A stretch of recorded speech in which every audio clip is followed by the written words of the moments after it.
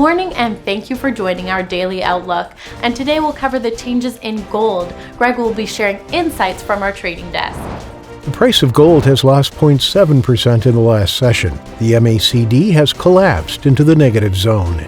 The euro-dollar pair has gained 0.3% in the last session. The ROC has moved sharply into positive territory. The sterling-dollar pair has gained 0.7% in the last session. Stochastic has sunk into the oversold zone.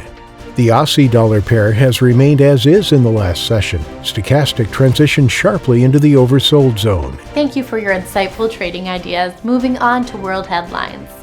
Wall Street's main indices opened higher on Monday as travel stocks surged on the launch of a U.S. COVID-19 vaccine campaign.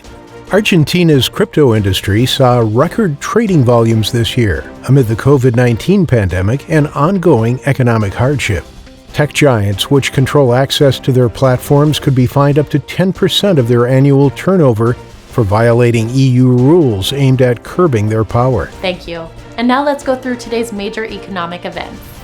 The Australian RBA meeting minutes will be released at 0:30 GMT. The UK claimant count change at 700 GMT. The UK unemployment rate at 700 GMT. The Eurozone's reserve assets total at 1100 GMT. The Canadian housing starts at 1315 GMT.